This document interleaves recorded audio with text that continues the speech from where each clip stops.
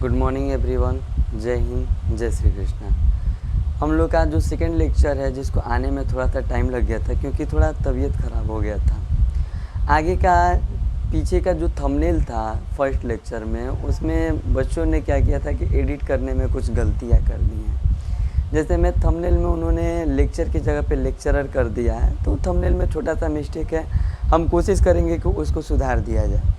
आगे का लेक्चर 2 का हम लोग बात करने जा रहे हैं। इसमें हम लोग सबसे पहला चीज़ ये जानेंगे कि जो लाइट होता है वो किन किन चीज़ों से होकर के गुजरता है, कहाँ कहाँ से लाइट पास कर सकता है। पीछे के क्लास में हम लोगों ने क्या किया था कि ये चीज़ देखा था कि लाइट क्या है, लाइट का नेचर क्या है, वेव नेचर, पार्टिकल नेचर, इन सभी चीज़ों के बारे में आपने देखा था। आगे हम लोग की बात करना चाहते हैं कि अब जो लाइट होता है ये किन किन चीज़ों से होकर गुजरता है और उन मीडियम्स को, उन वस्तुओं को हम लोग क्या कहते हैं, वे वस्तुएं क्या कहलाती हैं।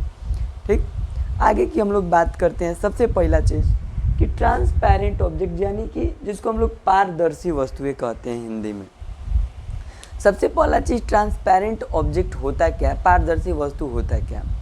पारदर्शी वस्तु वे वस्तुएं होती हैं जिनसे हो करके प्रकाश आसानी से गुजर जाए। जैसे पानी। पानी भी अगर हम लोग देखें तो पानी को मीडियम भी कहा जाता है जिसमें से लाइट ट्रैवल कर सकता है, और एक वस्तु, एक ऑब्जेक्ट के रूप में भी हम लोग डिनोट करते हैं। अगर ऑब्जेक्ट के रूप में डिनोट करेंगे तो कोई भी चीज़ जिसके पास मास से स्पेस ऑक्युपाई करे, ये चीज़ होता है, तो उसको हम लोग मैटर कह देते हैं, और मैटर ही एक प्रकार का कोई वस्तु बन जाता है। कोई भी वस्तु जो होगा वो एक मैटर ही होगा। तो जो भी चीज़ जैसे हम लोग जिससे होकर के प्रकाश पार कर जाता है उसको हम लोग क्या कहते हैं कि ट्रांसपेरेंट ऑब्जेक्ट, यानी कि पारदर्शी वस्तुएं कहते हैं। जैसे कभी ग्लास को देखे हैं, ग्लास में अगर हम लोग टॉर्च को जलाते हैं जिसमें पानी भरा हुआ है तो उससे प्रकाश पार करके निकल जाता है। कैसे? क्योंकि ग्लास क्या है, पारदर्शी वस्तु है। पानी क्या है, पारदर्शी वस्तु है, जिससे प्रकाश पार कर जाए। अब हम आपको देख पा रहे हैं, आप हमको देख पा रहे हैं, क्यों? क्योंकि यहाँ पे हवा है, और हवा है तो क्या है, पारदर्शी वस्तु है। तो जहाँ से प्रकाश होकर के गुजर जाता है, जिससे प्रकाश आसानी से ट्रैवल कर जाता है, जिसको प्रकाश पार कर जाता है, उसको हम लोग कहते हैं पारदर्शी वस्तु। ओके, अगर कहीं पे भी आपको छोटा सा डाउट आता है, कहीं दिक्कत होता है, तो आप कमेंट बॉक्स में भी कर सकते हैं, या फिर आपको क्या होगा कि डिस्क्रिप्शंस में मेरा नंबर नोट करा दिया जाएगा, टेलीग्राम चैनल दे दिया जाएगा, और इंस्टा आईडी रहेगा, उस पर भी आप जा कर के क्या कर सकते हैं, मैसेज कर सकते हैं। आगे बात करते हैं हम लोग ट्रांसलूसेंट ऑब्जेक्ट, यानी कि पारभासी वस्तुएं। ये पारभासी वस्तुएं क्या होती हैं, ट्रांसलूसेंट ऑब्जेक्ट क्या होता है। ट्रांसलूसेंट ऑब्जेक्ट वे ऑब्जेक्ट्स होते हैं, वे वस्तुएं होती हैं जिनको प्रकाश पूरी तरह से पार नहीं कर पाता है, हल्का हल्का पार करता है। जैसे आप लोग क्या किए होंगे कि कभी ना कभी बुक को कवर किए होंगे, जिसमें आपको प्लास्टिक मिलती थी बुक कवर करने वाली। हमारे पास तो अभी हाँ देखिए यहाँ पे अवेलेबल है। देखिए ये जो पेपर देख रहे हैं आप, तो ये जिसे कवर किया गया है ये क्या है, आपका ट्रांसलूसेंट ऑब्जेक्ट है। इसमें आपको एक ऑरेंज कलर का दिखाई देता था, जहाँ पे हम लोग अंदर से देखते थे तो नाम दिखाई देता था कौन सा चीज़ का है। तो ये क्या होता था, ट्रांसलूसेंट ऑब्जेक्ट होता था। फाइल आपने देखा होगा, फाइल जिसमें हम लोग क्या करते हैं कि किसी भी चीज़ को रखते हैं। फाइल आई थिंक होगा हमारे पास, तो मैं आपको दिखा देता हूँ। हाँ देखिए फाइल भी है। फाइल को जब आप देखिएगा तो देखिए यहाँ से अंदर से देखिएगा तो अंदर से हल्का हल्का दिखाई दे रहा है। तो ये सभी चीज़ें क्या हैं, ये जो पेपर है ये क्या है, हमारा ट्रांसलूसेंट है। प्रकाश इसमें हल्का हल्का पार कर पा रहा है, पूरी तरह से इसको प्रकाश पार नहीं कर पा रहा है। तो ये सभी जो वस्तुएं, ऐसे टाइप्स के जो भी आपको प्लास्टिक मिलेंगे, ये सभी क्या होंगे, ट्रांसलूसेंट ऑब्जेक्ट होते हैं। प्रकाश पूरी तरह से पार नहीं कर पाता है, उसको हम लोग कहते हैं translucent object. First thing, transparent object, पारदर्शी, जिसको प्रकाश पूरी तरह से पार कर जाए। इसमें स्पीड का हम लोग जिक्र नहीं करेंगे, स्पीड का बात नहीं करेंगे, यहाँ पे हम लोग किसी प्रकार का कोई स्पीड का बात नहीं करेंगे। दूसरा चीज़ होगा ट्रांसलूसेंट ऑब्जेक्ट, जिसको प्रकाश क्या होता है कि कम मात्रा में पार कर पाता है, इसको हम लोग क्या कहते हैं, ट्रांसलूसेंट ऑब्जेक्ट कहते हैं। ठीक, तीसरा चीज़ होता है ऑब्क्यू ऑब्जेक्ट, जिसको आप अपारदर्शी वस्तुएं भी कहते हैं। अपारदर्शी वस्तुएं वे वस्तुएं होती हैं जिनको प्रकाश क्या कर पाता है कि नहीं पार कर पाता है। जैसे ये दीवार, ये बोर्ड, अगर इस बोर्ड के पीछे क्या है ये हमको दिखाई नहीं पड़ रहा है। क्यों? क्योंकि प्रकाश इसको पार ही नहीं कर पा रहा है। और जिस चीज़ को प्रकाश पार नहीं कर पाता है वे वस्तुएं जो कहलाती हैं वे हमारा क्या कहलाती हैं? अपारदर्शी वस्तुएं कहलाती हैं। जैसे कि लकड़ी को प्रकाश नहीं कर पाएगा। वॉल, ये दीवार हो गया हमारा, इसको प्रकाश पार नहीं कर पाएगा। जिन चीज़ों को प्रकाश पार नहीं कर पाता है वे सभी वस्तुएं जो हमारा कहलाती हैं क्या कहलाती हैं? ऑब्क्यू ऑब्जेक्ट, यानी कि अपारदर्शी वस्तुएं कहलाती हैं। तीसरे चीज़ की बात कर रहे हैं जिसको हम लोग कहते हैं रे, यानी कि किरण। किरण जो होता है एक स्ट्रेट लाइन पाथ होता है। चूँकि हम लोग जानते हैं, पीछे के लेक्चर में भी हम लोग देखे थे कि प्रकाश क्या होता है कि स्ट्रेट लाइन में ट्रैवल करता है। ठीक, तो किरण जो होता है एक स्ट्रेट लाइन पाथ होता है जिस पे क्या होता है कि कोई भी जो लाइट है ट्रैवल करता है। यानी सिंपल लैंग्वेज में कि प्रकाश जिस रास्ते पे प्रकाश जिस पथ पर चलता है उस पथ को ही हम लोग क्या कहते हैं? उस रास्ते को ही क्या कहते हैं? किरण, यानी कि हम लोग रे कहते हैं। यानी प्रकाश जिस रास्ते पे चलता है वो रास्ता ही हमारा जो कहलाता है वो क्या कहलाता है? किरण कहलाता है। यहाँ पे कुछ चीज़ें होंगी कि जो लाइट की वजह से आपको नहीं दिखाई दे रही होंगी, लेकिन उन चीज़ों को हम समझाते चलेंगे। यहाँ पे जो वर्ड लिखा होगा उस वर्ड को हम लोग बोलेंगे। सबसे पहला चीज़ हम लोग बात करते हैं बीम। बीम यानी कि किरण पुंज। सबसे पहला चीज़ किरण पुंज क्या होता है? अब प्रकाश कभी भी चलता है तो प्रकाश अकेले नहीं चलेगा, एगो ऐसे नहीं जाएगा। प्रकाश जो होता है बंडल में चलता है, ग्रुप में चलता है, पूरा बंच होता है उसका। ग्रुप तो लोगों के समूह को कहते हैं। तो प्रकाश क्या होता है? एक बंडल में चलता है, एक बंच में चलता है, उसका बंडल होता है। तो प्रकाश का जो बंडल होता है यानी जो है रे का बंडल है। प्रकाश क्या यानी जो रे का बंडल है। अरे हम लोग जानते हैं कि प्रकाश जिस पाथ पे चलता है तो जो रे का बंडल होता है, पूरा बंच होता है, उसको हम लोग क्या कहते हैं? बीम कहते हैं। इसमें एगो नहीं, ऐसे कई सारी रे, ऐसे ऐसे ऐसे ऐसे कई सारी रे क्या होंगे कि चलेंगे। ठीक, तो इसको हम लोग क्या कहते हैं कि इसको हम लोग क्या कहते हैं? किरण पुंज, यानी कि बीम कहते हैं। अब ये बीम जो होता है 3 प्रकार का होता है। पहला होता है आपका कन्वर्जेंट बीम, यानी जिसको अभिसारी किरण पुंज भी कह सकते हैं। अभिसारी किरण पुंज वो होता है कि जहाँ से प्रकाश चारों तरफ से आ करके किसी एक पॉइंट पे मीट करता है। जैसे आप लोग आगे आइएगा तो आगे की क्लासेस में जब आप लेंस पढ़िएगा तो लेंस में आप क्या कीजिएगा कि कॉन्वेक्स लेंस के बारे में पढ़िएगा, जहाँ से हम लोग लाइट को ऐसे गुजारेंगे तो ये सभी लाइट आकर के एक पॉइंट पे क्या करेंगे कि ऐसे मीट करेंगे। तो इसको हम लोग क्या कहेंगे कि ये जो चीज़ होगा हमारा कन्वर्जेंट बीम का, यानी कि अभिसारी किरण पुंज का सबसे अच्छा उदाहरण होगा। जैसे आप जस्ट आगे आइएगा, लेंस जब चैप्टर पढ़िएगा तो लेंस में हम लोग बहुत आसानी से इस चीज़ को समझेंगे और जानेंगे। ओके, अब आते हैं हम लोग डाइवर्जेंट बीम, जिसको हम लोग कहते हैं अपसारी किरण पुंज। अपसारी किरण पुंज वे किरण पुंज होते हैं जहाँ से प्रकाश क्या होता है कि किसी एक पॉइंट से निकल करके सभी दिशाओं में फैलता है। सबसे सटीक एग्जाम्पल देखेंगे आप, बल्ब से क्या होता है? प्रकाश एक जगह से निकलता है और चारों तरफ पूरे कमरे में क्या हो जाता है? फैल जाता है। गाड़ी की हेडलाइट को भी आप देखे होंगे, जहाँ से प्रकाश क्या होता है एक छोटे से बल्ब से निकलता है और पूरे रास्ते में फैल जाता है। तो ये सभी जो हैं ये आपके क्या हैं कि डाइवर्जेंट बीम के उदाहरण हैं। तीसरा चीज़ बात करते हैं हम लोग पैरेलल बीम, यानी कि जिसको हम कहते हैं समानांतर किरण पुंज। समानांतर किरण पुंज वे किरण पुंज होती हैं जहाँ पे जो प्रकाश की किरणें होती हैं, जो रे होती हैं, वो एक दूसरे के पैरेलल चलती हैं। पैरेलल यानी कि समानांतर। देखिए ऐसे ऐसे ऐसे, इन सभी के ये क्या होंगे कि पैरेलल चलती हैं। जब किरणें एक दूसरे के पैरेलल चलने लगती हैं तो इसको हम लोग क्या कहते हैं? समानांतर किरण पुंज कहते हैं। अब आप यहाँ से क्या करना चाहते हैं कि अगर आप इसका एसेस लेना चाहते हैं तो आप एसेस ले सकते हैं। वैसे आपको टेलीग्राम चैनल में भी आपको नोट्स अवेलेबल करा दिया जाएगा, आगे नंबर दिया जाएगा, वहाँ से भी आप कर सकते हैं। रुकिएगा मत, इसके बाद अभी और वीडियो शूट करना है।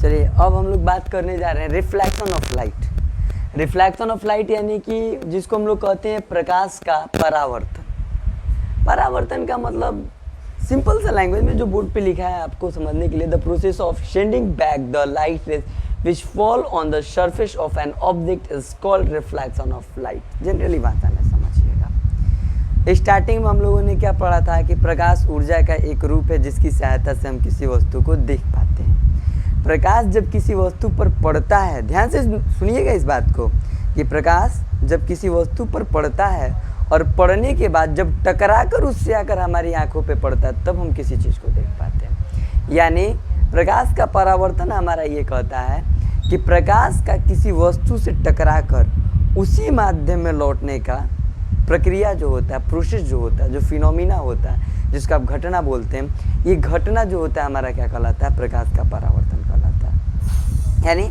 जब प्रकाश किसी वस्तु पर पड़ता है, पड़ के बाद टकराता है और टकरा करके जब वापस लौट जाता है तो इसी चीज़ को हम लोग क्या कहते हैं कि प्रकाश का परावर्तन कहते हैं। यानी बाउंसिंग बैक ऑफ लाइट भी आप इसको कह सकते हैं, ये चीज़। लेकिन एक चीज़ पॉइंट भी नोटेड कि जब प्रकाश का परावर्तन होगा तो उस समय मीडियम सेम होना चाहिए। यानी हवा है तो हवा में होना चाहिए, पानी है पानी में होना चाहिए, ग्लास है ग्लास होना चाहिए। अभी नहीं कि हवा से पानी में घुस जाएगा, हवा से पानी में घुसेगा तब तो वो दूसरा केस हो जाएगा, वो दूसरा फिनोमिना हो जाएगा। जस्ट हम लोग रिफ्लेक्शन के बाद उस फिनोमिने को पढ़ेंगे, ठीक। तो जब प्रकाश किसी वस्तु से टकराता है और टकराने के बाद जब उसी माध्यम में लौट जाता है तो इसी चीज़ को हम लोग क्या कहते हैं? प्रकाश का परावर्तन कहते हैं। The objects having polished shining surface reflect more light than object having unpolished dull object। Simple भाषा में समझिएगा।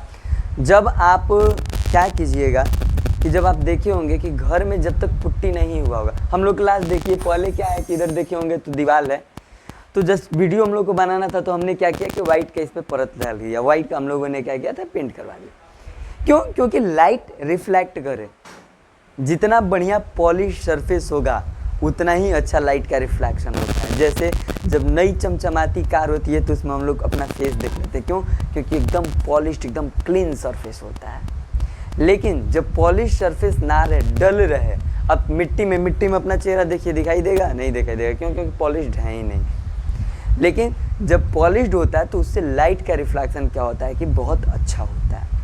इसीलिए जितने भी क्लासरूम्स वगैरह को आप लोग देखेंगे तो क्या होता है? ज़्यादातर वाइट पुट्टी किया जाता है। मैरिज हॉल वाइट पुट्टी होता है। क्यों?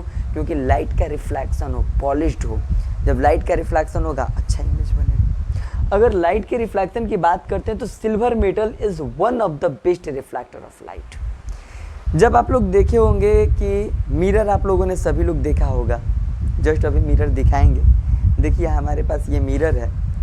इस मिरर को हमको करने के लिए इस मिरर को हमको खोलना पड़ेगा। देखिए खुल गया, लेकिन शायद ये टूट गया है कि क्या, देखते हैं। हाँ देखिए, तो इसमें इसके पीछे आपको एक वाइट कलर का परत दिखाई दे रहा होगा, जिसमें आप ये क्या होता है? ये सिल्वर का परत होता है। और सिल्वर जो होता है किसी भी जो लाइट का होता है one of the best reflector होता है। सुपरलेटिव डिग्री बैठ गया, वन ऑफ द बेस्ट। यानी कि ये जो रिफ्लेक्टर जो होता है लाइट का बहुत अच्छा रिफ्लेक्टर करता है। इसीलिए जब भी हम लोग किसी प्रकार का मिरर का यूज करते हैं तो उसमें पीछे की ओर ये ग्लास होता है और ग्लास के पीछे सिल्वर का परत लगा देते हैं। लेकिन जब ये सिल्वर खुरच जाता है, खुरचा जाएगा, तब आपको बढ़िया चीज़ नहीं दिखाई देगा। अब हम लोग आप लाइट के रिफ्लेक्शन देखिए, बाउंसिंग बैक कैसे होता है, इसी चीज़ से समझा दे रहे हैं। जैसे आप यहाँ पे दिखाई दीजिएगा, देखिए इस टॉर्च को हम बारेंगे किसमें? यहाँ पे। क्या आपको बोर्ड पे दिखाई दे रहा है? बोर्ड पे रेड लाइट, देखिए ये क्या हो रहा है? राइट का रिफ्लेक्शन हो रहा है, ठीक। जब आप यहाँ पे किए और यहाँ पे किए तो ये क्या हो गया? गया वहाँ पे। लाइट पहले इस पे टकराया और टकराने के बाद कहाँ जा रहा है? बोर्ड पे जा रहा है, बोर्ड पे जा रहा है। तो इस चीज़ को हम लोग क्या कहते हैं? प्रकाश का परावर्तन कहते हैं, ठीक। देख सकते हैं यहाँ पे कि लाइट आया, पहले सरफेस से टकराया, ये जो इंसिडेंट लाइट है जो हम लोग यहाँ पे ऐसे दे रहे हैं, ठीक। ये जो हम लोग इस सोर्स से हम जो लाइट दे रहे हैं इस पे मिरर पे, ये हमारा क्या है? इंसिडेंट रे है, ठीक। उसके बाद जो टकरा करके वापस गया वो हमारा क्या हो गया? Reflected ray. देख सकते हैं कि बोर्ड पे एक लाइट जा रहा है, बोर्ड पे एक लाइट जा रहा है, तो ये हमारा क्या हो गया? रिफ्लेक्टेड रे हो गया। अब इन दोनों के बीच में क्या होता है कि एक काल्पनिक एक परपेंडिकुलर ड्रॉ किया जाता है। इस परपेंडिकुलर को हम लोग क्या कहते हैं? नॉर्मल, यानी कि अभिलंब भी कहते हैं। इंसिडेंट रे को आपतित किरण, रिफ्लेक्टेड रे को परावर्तित किरण और नॉर्मल को अभिलंब कहते हैं। ये आपका नीचे देख सकते हैं प्लेन मिरर है। Plane mirror, spherical mirror, just हम लोग सभी चीज़ों को समझेंगे कि प्लेन मिरर क्या होता है, स्फेरिकल मिरर क्या होता है। लेकिन सबसे पहले हम लोग रिफ्लेक्शन यहाँ पे देख रहे हैं, तो रिफ्लेक्शन समझ जाते हैं कि रिफ्लेक्शन कैसे हो रहा है, ठीक। तो सबसे पहले क्या हुआ कि इंसिडेंट रे आया, ठीक। एक सेकंड मार्कर हमारा, हाँ, इस पॉइंट ऑफ इंसिडेंस पे हमारा क्या हुआ, टकराया जिस बिंदु पे, और टकराने के बाद वापस गया। ठीक, तो जो रे आता है इसको हम लोग इंसिडेंट रे कहते हैं, जो बैक जाता है उसको रिफ्लेक्टेड रे कहते हैं, और इस पे जो नॉर्मल ड्रॉ किया जाता है इसको हम लोग क्या कहते हैं, अभिलंब कहते हैं। अब ये जो हमारा आपतित किरण यानी कि जो इंसिडेंट रे, यहाँ पे आपको लिख दिया गया इंसिडेंट रे का हिंदी आपतित किरण, रिफ्लेक्टेड रे का हिंदी परावर्तित किरण, नॉर्मल का यहाँ पे अभिलंब होता है, अभिलंब। ठीक, हमको लगता है कि आप लोग कहीं दिक्कत नहीं होगी, जहाँ दिक्कत होगा आप लोग कमेंट में क्या कर सकते हैं, उस चीज़ को पूछ सकते हैं। तो जो रे गया इसको रिफ्लेक्टेड रे। अब ध्यान दीजिएगा कि ये इंसिडेंट रे और नॉर्मल इन दोनों के बीच यहाँ पे एक एंगल क्रिएट हो रहा है। नॉर्मल कभी भी बनता नहीं है, ये एक इमेजिन लाइन है, देखिए डॉटेड से दिखाया गया। अब आप सोचिएगा कि परावर्तन कर लें और परावर्तन करके नॉर्मल को देख लें तो नॉर्मल आपको नहीं दिखाई देगा। क्यों? क्योंकि ये क्या है, काल्पनिक है, इमेजनरी लाइन है। तो इंसिडेंट रे और नॉर्मल दोनों के बीच जो एंगल बनता है इसको एंगल ऑफ इंसिडेंस कहते हैं। इसीलिए इंसिडेंस यानी कि आई से इनको हम लोग क्या करते हैं, इंडिकेट करते हैं, जिसको हम लोग आपतन कोण कहते हैं। और नॉर्मल और रिफ्लेक्टेड रे दोनों के बीच जो एंगल बनता है इसको एंगल ऑफ रिफ्लेक्शन यानी कि आर से इंडिकेट करते हैं। रिफ्लेक्शन यानी कि आर, जिसको आप परावर्तन कोण भी क्या कहते हैं, कि कहते हैं। ठीक, जहाँ पे आकर के सभी चीज़ें मिलती हैं इसको हम लोग क्या कहते हैं, कि पॉइंट ऑफ इंसिडेंस यानी कि आपतन बिंदु कहते हैं। देखिए, द रे which falls on the mirror is called the incident ray, यानी कि जो रे आया, टकराया, इसको हम लोग क्या कहते हैं, इंसिडेंट रे कहते हैं। ठीक, देखिए ये रे हो गया, आया, मिरर से टकराया, वापस चला गया, ये रे आया, मिरर से टकराया, वापस चला गया, तो ये हमारा क्या हो गया, इंसिडेंट रे हो गया। ठीक, ये चूँकि सस्ता वाला आ गया है, बच्चा को भेजे थे अच्छा लेने के लिए, अब अच्छा नहीं मिला तो अब जो मिला उसी से हम लोग काम चलाते हैं। शॉर्ट्स में हम आपको क्या करेंगे कि बढ़िया वाला जो आता है लेज़र लाइट, उससे हम करके बहुत अच्छे से दिखाएंगे। अब इसमें आपको हल्का फुल्का कुछ धुंधला दिखाई देता होगा तो आप थोड़ा मैनेज कर लीजिएगा। जो हम शॉर्ट्स डालेंगे उसमें आप बहुत अच्छे तरीके से आप इसको देख सकते हैं। हम 2 दिन के अंदर में उस शॉर्ट्स को हम क्या कर देंगे, अपलोड कर देंगे। हमने ऑर्डर दे दिया है ऑनलाइन, वो आ जाएगा। दूसरा बात करते हैं रिफ्लेक्टेड रे यानी परावर्तित किरण। देखिए, फिर हम लोग यहाँ पे डाले हैं, यहाँ पे इंसिडेंट रे जो है इस मिरर पे फॉल्स कराए हैं, देख सकते हैं फॉल कराए हैं, तो ये हमारा इंसिडेंट रे जो उधर जा रहा है, बोर्ड पे आपका जो दिखाई दे रहा है, बोर्ड पे जो जा रहा है यही आपका क्या है कि रिफ्लेक्टेड रे है, जो कि रिफ्लेक्ट होकर के जा रहा है। ठीक, दूसरा अभिलंब यानी कि अगर इन दोनों के बीच में अगर एक इमेजिन किया जाए तो यहाँ से एक इमेजनरी लाइन ऐसे कुछ क्रिएट होते जाएगा दोनों के बीच से, तो इसको हम लोग क्या कहते हैं कि एंगल ऑफ अभिलंब यानी कि नॉर्मल कहते हैं। ठीक, नॉर्मल और incident ray, normal and incident ray दोनों के बीच का जो एंगल बनता है इसको हम लोग क्या कहते हैं, एंगल ऑफ इंसिडेंस यानी कि आपतन कोण कहते हैं। एक सेकंड, लगता है वीडियो में कुछ दिक्कत हो गया क्या, चलिए ठीक, क्योंकि हिल गया था वहाँ से कैमरा। तो एंगल ऑफ इंसिडेंस यानी कि जहाँ से जाता है, एंगल ऑफ इंसिडेंस यानी इंसिडेंट रे और नॉर्मल दोनों के बीच जो एंगल बनता है इसको एंगल ऑफ इंसिडेंस कहते हैं। नॉर्मल और रिफ्लेक्टेड रे दोनों के बीच जो एंगल बनता है इसको एंगल ऑफ हम लोग क्या कहते हैं, रिफ्लेक्शन कहते हैं, जिसको आप परावर्तन कोण भी कहते हैं। उसके बाद बात करते हैं पॉइंट ऑफ इंसिडेंस यानी जिस बिंदु पर आकर के आपतित किरण पड़ा है इस बिंदु को हम लोग क्या कहते हैं, आपतन बिंदु यानी कि पॉइंट ऑफ इंसिडेंस कहते हैं। ठीक, आप लोग क्या कर सकते हैं कि यहाँ से इसका एसएस ले सकते हैं और यहाँ से आप इसका नोट्स भी कर सकते हैं, वैसे आपको अवेलेबल कराया जाएगा, इसका एसएस आप कर लीजिए। चलिए अब बात करने जा रहे हैं हम लोग परावर्तन के नियम का। ठीक, आगे की कहानी वहीं दोहराते हैं, इंसिडेंट रे, रिफ्लेक्टेड रे और नॉर्मल। यानी जो ये इंसिडेंट रे होता है, रिफ्लेक्टेड होता है और नॉर्मल होता है, ये तीनों क्या होता है कि सेम प्लेन में लाइक करता है। सेम प्लेन करने का मतलब ये आप देख सकते हैं, ये इंसिडेंट रे, रिफ्लेक्टेड रे और नॉर्मल। आप लोग समझ रहे होंगे कि ये क्या होता है कि ये मान लीजिए कि आपका प्लेन हो गया, इस पे ऐसे पढ़ के चल गया ये चीज़, ठीक ना। तो ये कुछ ऐसे नहीं होता है, इसका कहानी आपका जो होता है, एक सेकंड थोड़ा इसको कर लें, हाँ ठीक है, इतना समझने के लिए काफ़ी। ऐसे नहीं होता है। सेम प्लेन कहने का मतलब है कि मान लीजिए कहीं हमारा एक्स प्लेन हो गया या फिर वाई प्लेन हो गया या फिर जेड प्लेन हो गया, तो ये तीनों केवल ऐसे ही लाइक करेगा। अभी नहीं कहीं एक्स प्लेन में घूम करके वायु में चल जाएगा ना, एक्स प्लेन में तो एक्स प्लेन, अगर वाई प्लेन है तो वाई प्लेन, जेड प्लेन है जेड प्लेन, यानी कि ये सेम प्लेन में लाइक करना चाहिए। प्लेन हमारा इधर उधर नहीं होना चाहिए, या तो x में है तो x में, या तो y में है तो y में, या तो z में है तो z में। ओके, जैसे देख सकते हैं आप, ये केवल क्या है, मान लीजिए कि x प्लेन हो गया तो केवल x प्लेन में, ऐसे अगर आप घुमा देंगे तो नहीं होगा। हमारे लिए प्लेन क्या है, हई है। अब ये मत सोचिएगा कि इसको घुमा करके हे तरी रख देंगे, रख सकते हैं आप, लेकिन अभी हम क्या प्लेन को कंसीडर किए हैं, ये है। आप घुमा करके ऐसा रख दीजिए, इधर रख दीजिए, बनाने को बना सकते हैं आप, लेकिन आपके लिए एक्चुअल में अभी प्लेन क्या है, आपका प्लेन आपका ये है। ठीक, तो ये केवल एक्स प्लेन में है तो एक्स प्लेन में, वाई प्लेन में है तो वाई प्लेन में, एंड जेड प्लेन में है तो हमारा जेड प्लेन में होगा। दूसरा का चीज़ हमारा ये कहता है कि एंगल ऑफ इंसिडेंस जो होता है एंगल ऑफ रिफ्लेक्शन के क्या होता है कि बराबर होता है, यानी आपतन कोण जो होता है परावर्तन कोण के बराबर होता है। जैसे एक बार फिर हम लोग समझ देते हैं, इसको हम समझा देते हैं हिंदी वाले बच्चों के लिए कि आपतित किरण, परावर्तित किरण तथा आपतन बिंदु पर खींचा गया अभिलंब तीनों एक ही तल में होते हैं। जहाँ पे हम प्लेन का नाम ले रहे थे वहाँ पे क्या होता है, हमारा तल हो जाएगा। Okay, angle of incidence angle of reflection के बराबर होता है, यानी आपतित किरण जो होती है वो आपतन कोण जो होता है हमारा हमेशा परावर्तन कोण के बराबर होगा। अगर आपतन कोण का मान आपको दे दिया है 45 डिग्री तो एंगल ऑफ रिफ्लेक्शन का भी मान क्या होगा, 45 डिग्री ही होगा। अगर एंगल ऑफ इंसिडेंस आपको दे दिया 30 डिग्री तो एंगल ऑफ रिफ्लेक्शन का भी मान क्या होगा, 30 डिग्री ही होगा। अगर एंगल ऑफ इंसिडेंस दे दिया आपको मान लीजिए कि 74 डिग्री तो एंगल ऑफ रिफ्लेक्शन भी क्या होगा कि 74 डिग्री ही होगा। कोई दिक्कत? चलिए इतना तक लॉज ऑफ रिफ्लेक्शन को हम लोग खत्म करते हैं। आगे जो आप लॉज ऑफ रिफ्लेक्शन कर लिए पीछे के रेज में आप कर लिए थे, उसके बाद आगे जो हम लोग का टॉपिक आने वाला है उसमें आप स्फेरिकल मिरर, प्लेन मिरर, उसके कुछ प्रॉपर्टी को हम लोग क्या करेंगे कि सीखेंगे। कोशिश हमारा रहेगा कि धीरे धीरे हर एक टॉपिक्स आपको छोटा छोटा कराते चलें, उसके बाद हम लोग न्यूमेरिकल करेंगे। अगर आपको कहीं इसमें भी त्रुटि लगती है तो आप कमेंट सेक्शन में भी क्या कर सकते हैं कि बोल सकते हैं, और जिनके पास मेरा नंबर है, जिन बच्चों के पास, वहाँ पे भी वो आकर के बोल सकते हैं।